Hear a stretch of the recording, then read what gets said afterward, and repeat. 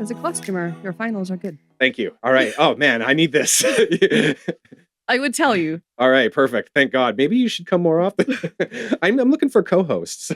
No. I do this with Kevin all the time. I'll be like, wait, don't leave. I'm fixing your collar. I love it. All right. Hello, and welcome to another episode of Between Two Pints. I am your host, Rob, and with me today is Kayla Howard. Wait, I said that right? Yes. Okay, thank God. I'm going to keep this in.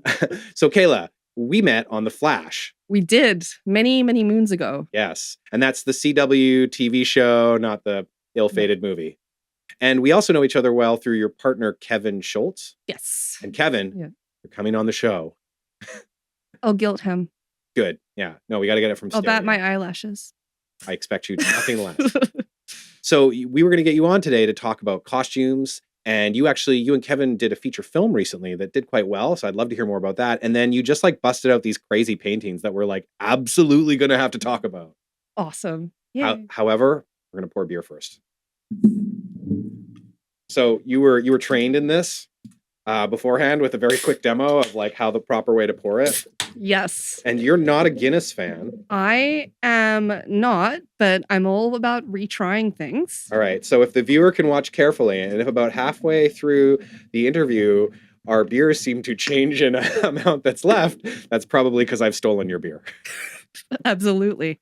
Excellent. So people keep telling me that I will like a different kind of Guinness, but I was in Scotland after a reindeer ride through the snow in a tiny pub in a small town. It was very picturesque, and I still did not like the Guinness. So you're allowed to not like Guinness. You know that, right? I think the locals were somewhat offended that I didn't like it because it's the thing. Of course. So, well, cheers. Cheers.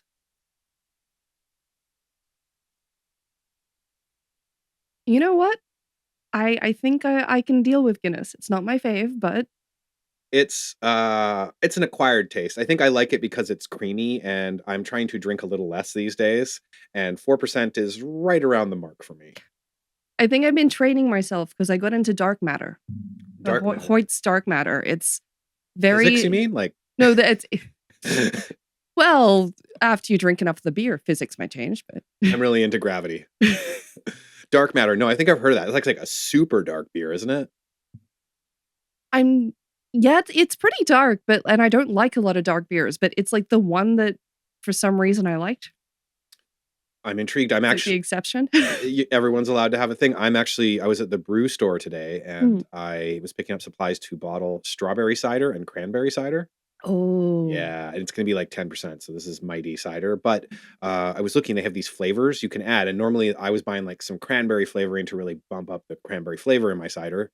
And there's peanut butter flavoring and chocolate flavoring. Oh, that's cool. And I was like, what on earth? What kind of cider would you need for that? He's like, no, you put it in beer. So the wheels started turning. And what I think I want to do is a coffee stout or coffee peanut butter stout. Oh, that sounds delicious. That would be good. With real coffee. So if you're a film person, just have it at Crafty. I think that's what I'm thinking. Well, the cider I'm making is actually because I'm doing some indie films with friends with no budget, of course, because we're Vancouver.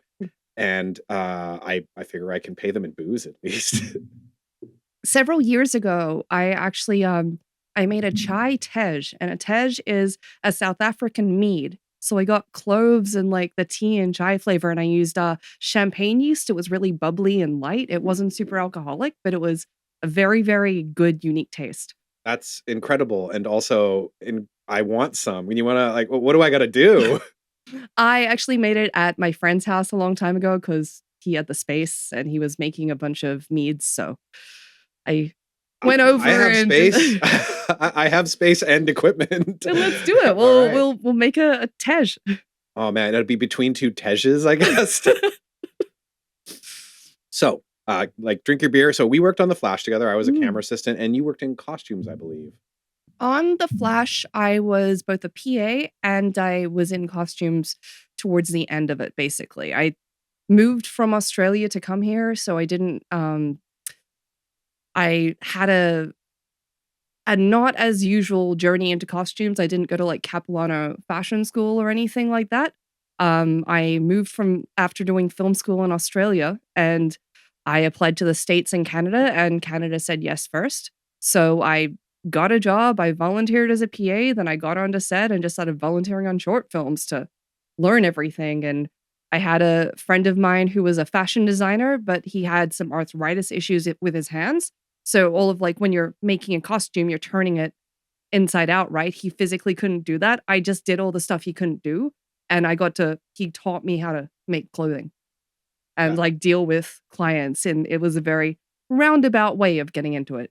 that's an incredibly epic story that just got busted out with no warning. Holy cow, that's incredible. You like from the ground up, you just moved to a different country and like hammered your way into an industry. I wanted to live in another country since I was 16. One thing my parents would do is my dad took us on a vacation one year. And then after the vacation, he sat us down and said, you can either have stuff and toys or a vacation at the end of the year. We can't afford both. So as a family, we decided to travel around, and I liked being a tourist. But then I started thinking like what it would be like to live in another country. Like, why do people use a different hand for that spoon or that fork, or like the Oh, I subtle never like noticed those cultural things. differences? That's incredible, Kayla. Holy cow. And you were nervous about coming on a podcast when you've done that? Guess this is my first time on film on a podcast. I'm usually behind the camera with my little page of notes. That's me too. I didn't really want to do this podcast, but I have all the equipment and I have all my friends, and I'm also the only person I can absolutely know is free all the time. So Fair. so you worked so what was doing costumes? What was that like on The Flash? That was so interesting. Like I loved how creative the villains of the week were. I remember I was working on a few days where they did the Royal Flush Gang. They I were was on just those days too. they were like the guys playing the Royal Flush Gang, biggest teddy bears. Whenever you see like a villain on screen, they're always like the nicest person you've ever met.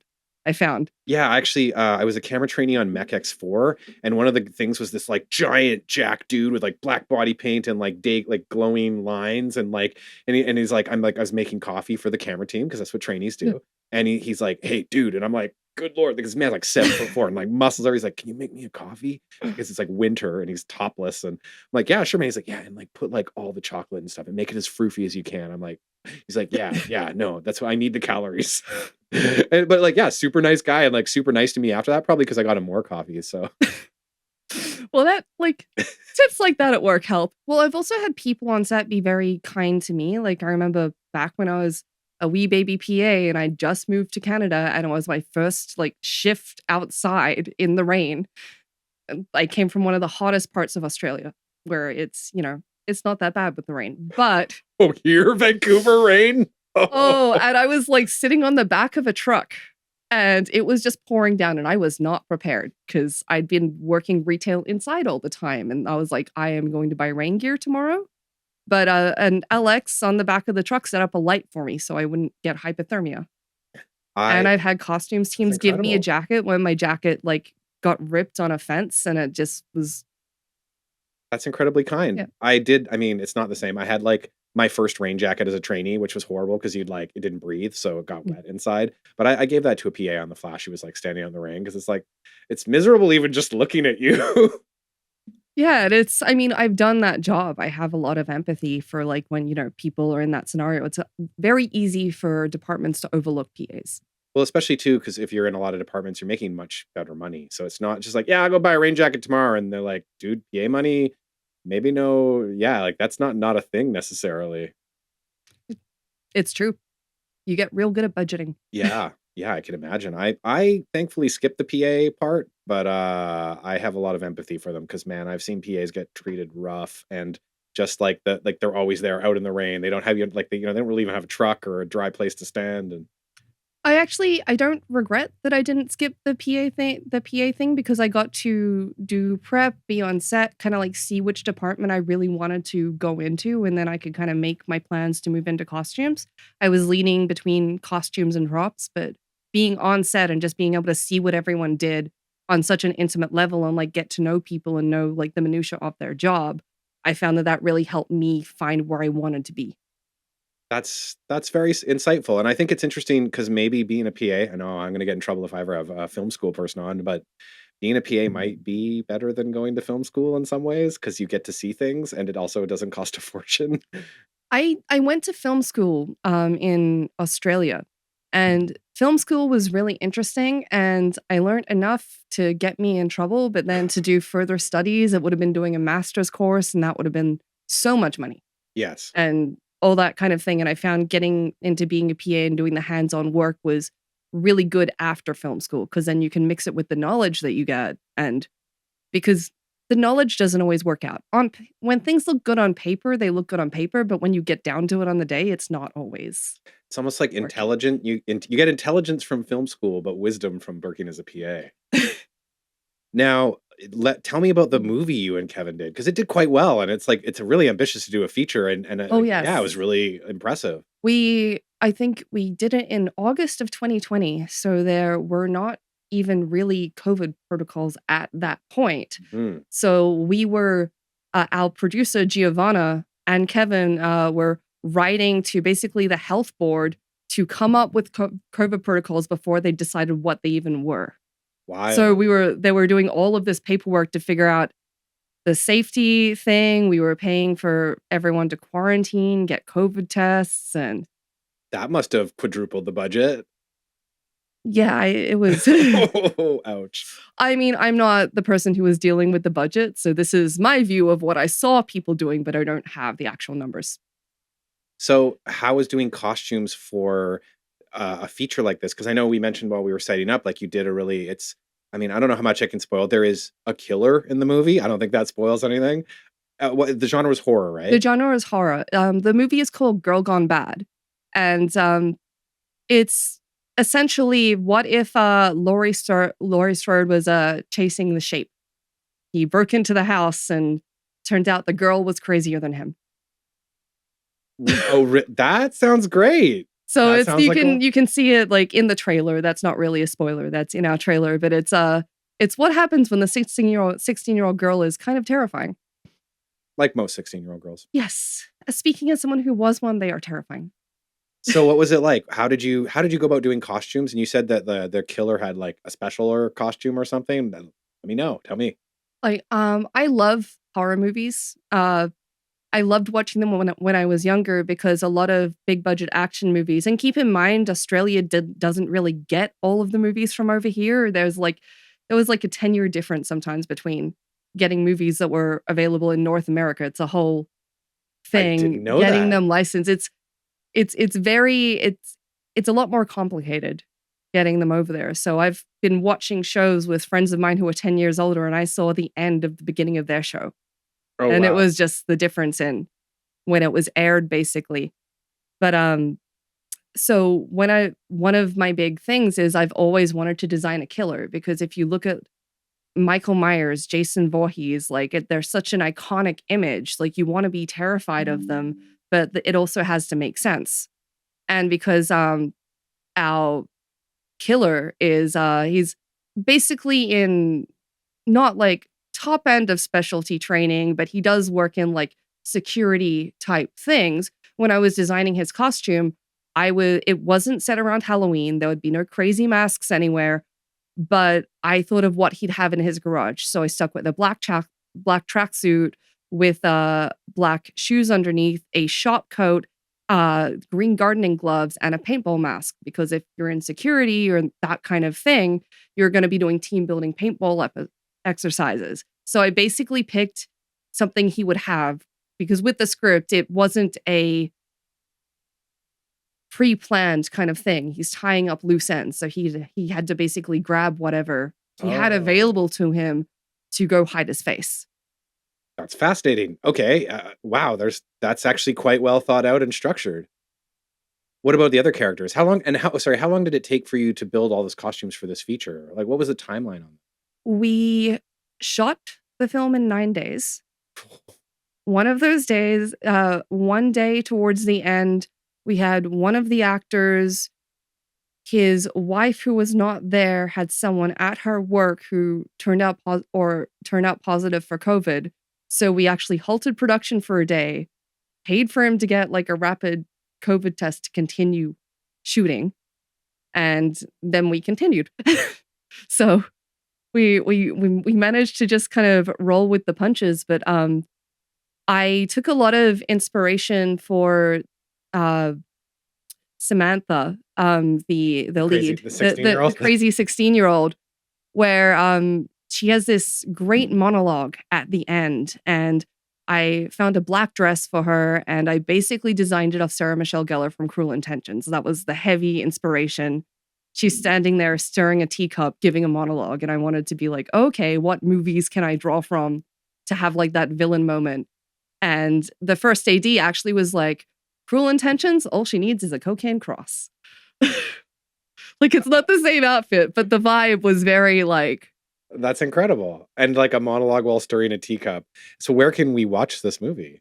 I believe it's on Tubi over here and Amazon in the States. I will double check that, and we will put the correct links You know afterwards. We'll put the correct links below in the comments. Yeah. And I'm looking forward to watching it. I also, with Samantha, I was a little inspired by Dexter when she's trying to cover up her murders. I was thinking, this is a teenage girl. She doesn't want to get her nice clothes dirty, so she puts on a plastic rain poncho. Just starts chopping people up. Oh, wow. That's a little too insightful. I wonder if you're on a watch list because of things you've Googled. Incognito mode is great. Doesn't work. They can track your IP. Oh, no. Yeah, that's just for like the local browser history. You're totally on a watch list. Probably. I mean, I also have whenever I injure myself and I text one of my friends in makeup, they're like, can you send me a picture? Are you okay? But can you send me a picture? And keep sending me pictures of the bruising because I want to know how it naturally bruises. That's disturbing, but it's absolutely my lived experience with makeup people. There's what a bunch of reference pictures of horrific accidents. I actually discovered, as a Dungeons and Dragons player, makeup artists love old monster manuals.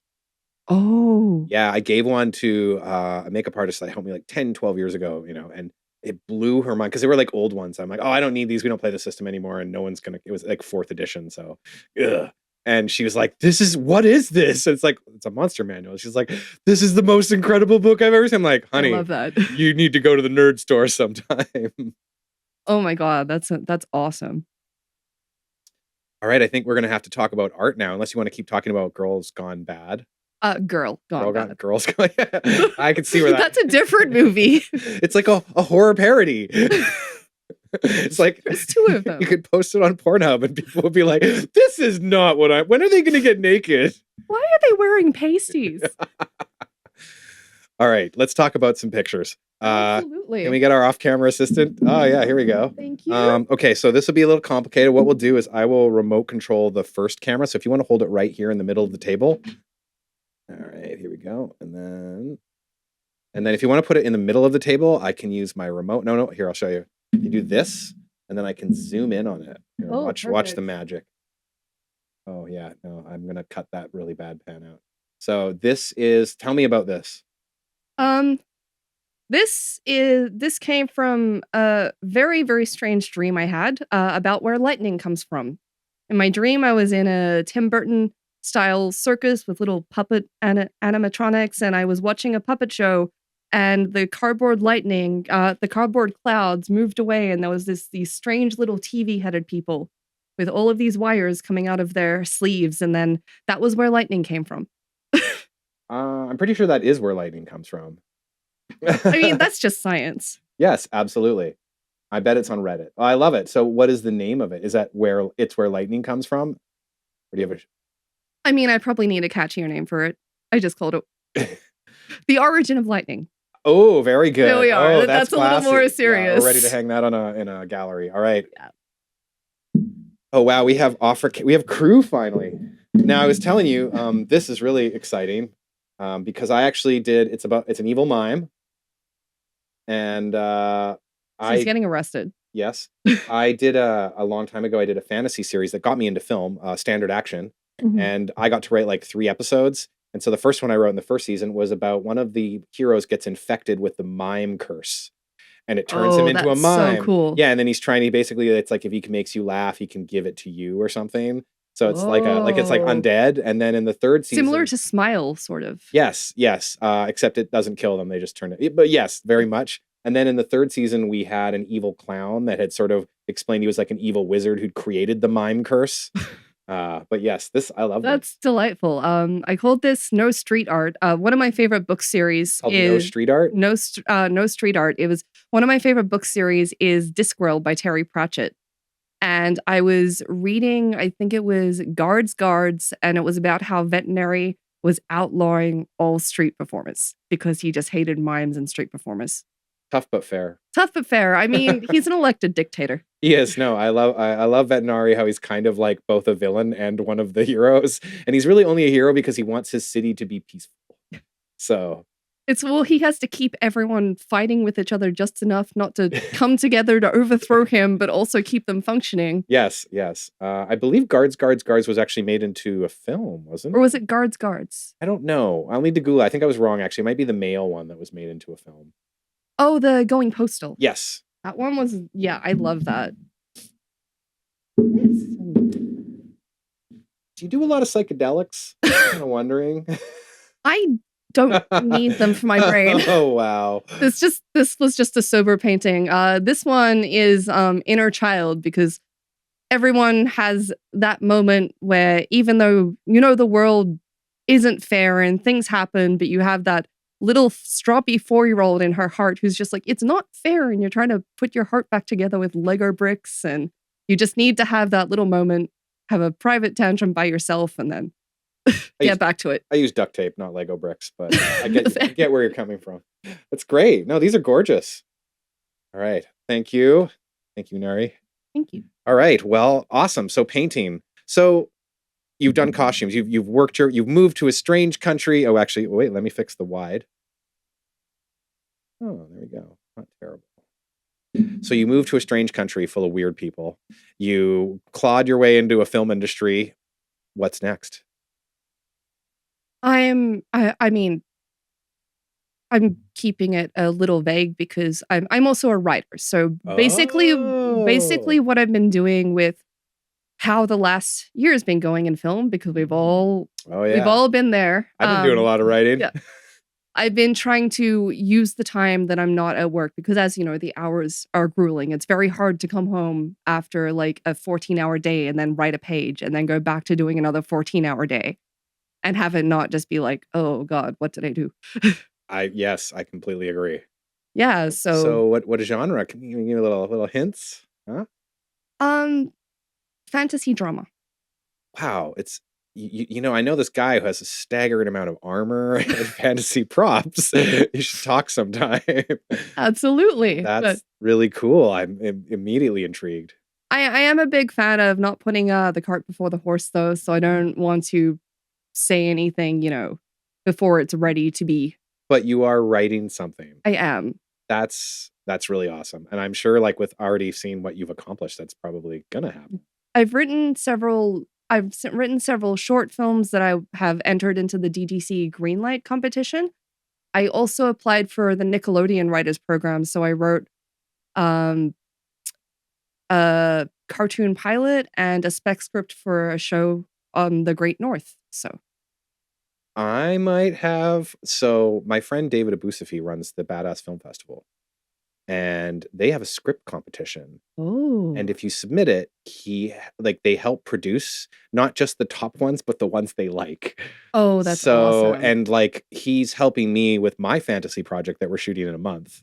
And he's also just I met him through D&D, so it's I only know I found out he was a dungeon master, and as a dungeon master I was like, hey, I'll play in your game if you can play in mine, Nice. And so that's how we knew each other. He's like, oh yeah, by the way, I produce film too, and I'm like, God, aren't we all producers? And he's like, no, I actually produce stuff. And so yeah, he's helping me with this it's sort of like Zoolander meets Lord of the Rings gag project. That sounds delightful. It's the idea is that it'd be fun, short shoot days and stuff. We'll probably drag you and Kevin into it at some point. Absolutely. So does that mean that Blue Steel is a bard now? Yes. Yes. Actually, recently we're looking at rewrites to add how Hansel is in Zoolander? He basically is Nemesis. I have a friend who is awesome and owes me, and I was like, I want to ask him to come on and be the rival of Lance Thunder, and we already thought of the name as Silas Velvet. Oh, I like that. So I have to pitch it to my friend. We'll see. But it's like gags like that. Silas Velvet sounds like a fantasy radio host in his spare time. Bard. He's a Bard. bard. But so David Abusavi helps produce stuff, and like I can't make any promise or guarantee, but you should submit some of your scripts to the Badass Film Festival because he loves fantasy. Oh, that's Yeah. awesome. He's like a big D&D nerd, and like he's helped some people who just they didn't win, but like because it's been running for 10 years now, and also he is just a wonderful guy, and he runs like film people D&D games. So Nice. yeah, those are actually like the best networking events I've ever been to have been at D&D tables. And I also, from what I've gathered with writing competitions, it's not even just about if you like the script, it's what's your budget like? Do you have a producer already on board? How far ahead are you with the project? So if you don't have as much experience as a producer per se, then it's trying to find, people and also teach myself and learn about that and learn how to do a film budget. And I know he's helping. I actually brought him in. Nicholas Yee is doing a short film called Nighthawks. I believe he won the script thing in 2023. But Nicholas Yee is great. He's an actor, not a filmmaker first. So I believe he is getting a lot of help from the people, which is great. So that's fantastic. Food for thought. Like if you got scripts kicking around, like I would recommend the Badass Fest. I've only went this year. I'd heard about it before and I never went, and I regret it because it's crazy because it got invented because they had a film that needed to go to a festival and they couldn't get it in, so they made a festival. But it's one of those things where it has a life of its own, where like there's burlesque dancers and snake dancers and like an evil magician. Sounds delightful. Oh, it's a full show, and it's way like we could talk about film festivals, but it is the best and coolest film festival I've ever been to because there's a magician and there's snake dancers. That's delightful. Like that. I'm a big fan of burlesque. I really like the pageantry of burlesque. I remember a few years ago I saw The Empire Strips Back. I saw that and I had like the biggest crush on one of the dancers. It was amazing. I love that show. I just really liked them, the stormtroopers dancing to Bye Bye Bye by NSYNC while they took Han Solo away in Carbonite. That is awesome. They had scary burlesque clowns with snakes at this one, which was definitely a thing. I feel like that's niche. It is. What was your festival experience with Girl Gone Bad? I actually had 2 different festival experiences because we shot the film in, again, August 2020. I think it was the later end of the year in 2022 when we were doing the festival run, but because the pandemic had happened the year before and they didn't really happen in 2021 as much. 2022 was when the festivals were just coming back. I had the opportunity to meet a lot of other really cool artists and professionals there. I think I was expecting more like producers and that just from what I'd been told of other people about film festivals, like people looking to buy a bit literally just because of the year. Like the festival did their best. It was just, we were coming back from COVID. Trying to do art again, basically. Do anything in a public place was really hard after COVID. But I got to meet so many creative filmmakers from different parts of the world and just pick a lot of different brains and just good conversations you're having with other creatives that you don't always get to have. What do you think was your best experience in the festival? Any anecdotes?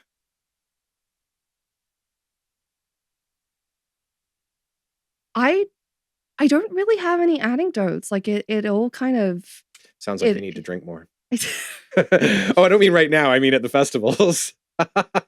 Because usually my best stories are, so there we were drunk. I mean, I do have those, but other people are professionals, but I'm not going to say. We can't talk about those on, I got you. Nothing bad. Okay, so just a few cars turned over and some fires started. Oh yeah. It was, then we got a RoboCop suit and ran around downtown. No, we did not. Okay. That's a lie. As a guy with a 3D printer, we're like only a week away from getting our own RoboCop suit. That's delightful. Actually, now that you mentioned the RoboCop suit, after I did, I guess, Kevin and I also have a podcast called Martini Window. Oh my God, I can't believe because I was on this. I'm so sorry I forgot to mention this. Oh, good. Yes, your podcast kind of inspired this one. I mean, you have martinis, I have beer. And it's so for non-film people, Martini Window is the last shot of the day.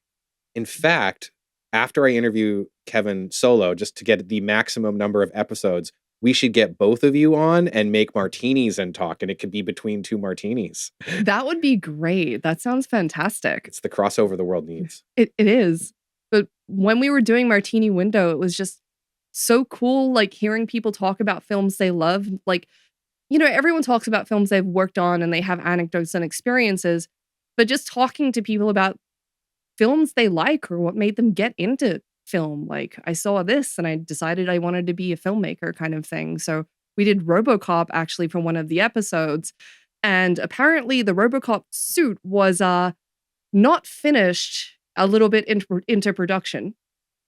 And the actor didn't get a month of learning to walk around in the suit. And it was so heavy. I think he was like sweating around 1.4 kilograms a day when it got into summer. They filmed that in summer? They filmed it in summer. That's cruel and unusual and probably a war crime. And I think the actor actually had a bit of a falling out with Paul Verhoeven. And then they hired someone else to do it, but then they realized the suit was built for the old guy, so the studio encouraged them to make peace because the suit had to fit the person. But they actually had someone come in and figure out how. That's why he does a slow walk.